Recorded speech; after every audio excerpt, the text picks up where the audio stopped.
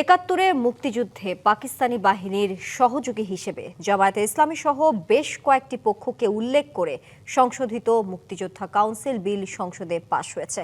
এদিকে ৩ অধ্যাদেশ বাতিল করায় আগের নিয়মে ফিরছে বিচারক নিয়োগ ও বিচার বিভাগের কার্যক্রম।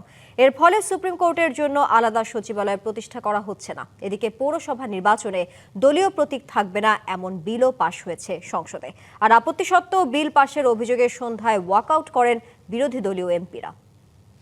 মাননীয় সদস্যবৃন্দ, দিনের কার্যসূচি বৃহস্পতিবার জাতীয় সংসদের প্রথম অধিবেশনের ১২তম দিন সকাল থেকেই একের পর এক বিল উত্থাপন করা হয় এবং পক্ষে বিপক্ষে চলে যুক্তিতর্ক উপস্থাপন। আপনি যে মানদণ্ডের বিচারক চান, একাত্তরের স্বাধীনতা যুদ্ধের সময় পাকিস্তানি বাহিনীর সহযোগী হিসেবে মুসলিম লীগ, জামায়াতে ইসলামী ও নেজাম ইসলাম সহ কয়েকটি পক্ষকে উল্লেখ করে সংশোধিত মুক্তিযোদ্ধা কাউন্সিল আইন ২০২৬ উত্থাপন করেন মুক্তিযুদ্ধ বিষয়ক মন্ত্রী আহমেদ আজম খান। বিল উত্থাপনের সময় পয়েন্ট অফ অর্ডার নিয়ে এ বিষয়ে কথা বলেন বিরোধী দলীয় নেতা ডাক্তার শফিকুর রহমান।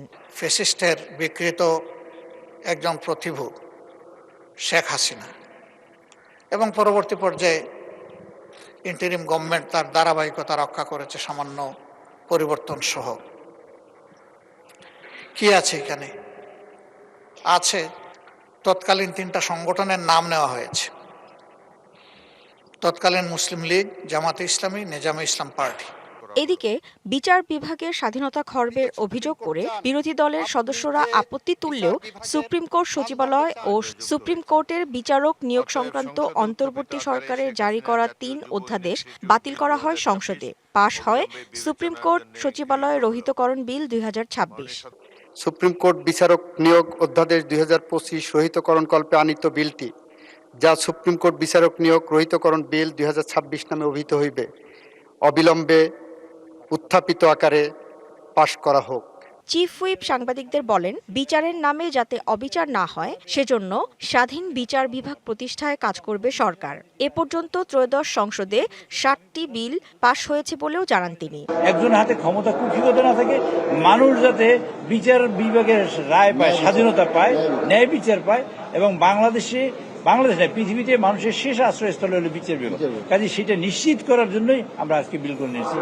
এর আগে স্পিকার অবসরপ্রাপ্ত মেজর হাফিজ উদ্দিন আহমেদ বীর বিক্রমের সভাপতিত্বে সংসদের বৈঠকে মানবাধিকার কমিশন রহিতকরণ বিল উত্থাপন করেন আইনমন্ত্রী। বিলটি পাশে আপত্তি জানান বিরোধী দলীয় সদস্য হাসনাত আব্দুল্লাহ। আজকে ২০২৫ সালের জাতীয় মানবাধিকার কমিশন এটাকে ল্যাপস করার মধ্য দিয়ে আদতে বাকি 2টা অধ্যাদেশকে অর্নামেন্টাল করে ফেলা হয়। এরপর ফ্লোর নিয়ে বিরোধী দলীয় নেতা তাদের সংসদে কথা বলতে সুযোগ দেওয়া হচ্ছে না বলে অভিযোগ করেন। এ নিয়ে পাল্টা বক্তব্য রাখেন স্বরাষ্ট্রমন্ত্রী। শিয়া বাটার ও ভিটামিনে সমৃদ্ধ লিলি বিউটি সোপ, তারুণ্যময় উজ্জ্বল ত্বকের জন্য। একদিকে 2 মিনিট সময়, এই সময়ের ভিতরে কিছুই বলা সম্ভব না যারা উত্থাপন করছেন তাদেরকে। তাইলে ডিবেট কোথায়? আমরা তো কোনো ডিবেট দেখছি না এখানে। সেই ডিবেটের সুযোগ যদি না থাকে, মাননীয় স্পিকার এখানে বসে আমাদের লাভ কি? নিয়ম হলো, বিশেষ কমিটির রিপোর্টে যেখানে যেখানে নোট অফ ডিসেন্ট দেয়া হয়েছে সেই বিলগুলো আমরা আজকে থেকে আনা শুরু করছি। কালকের মধ্যে তো আমাদের বিলগুলো সম্পর্কে সব ফয়সালা করতে হবে।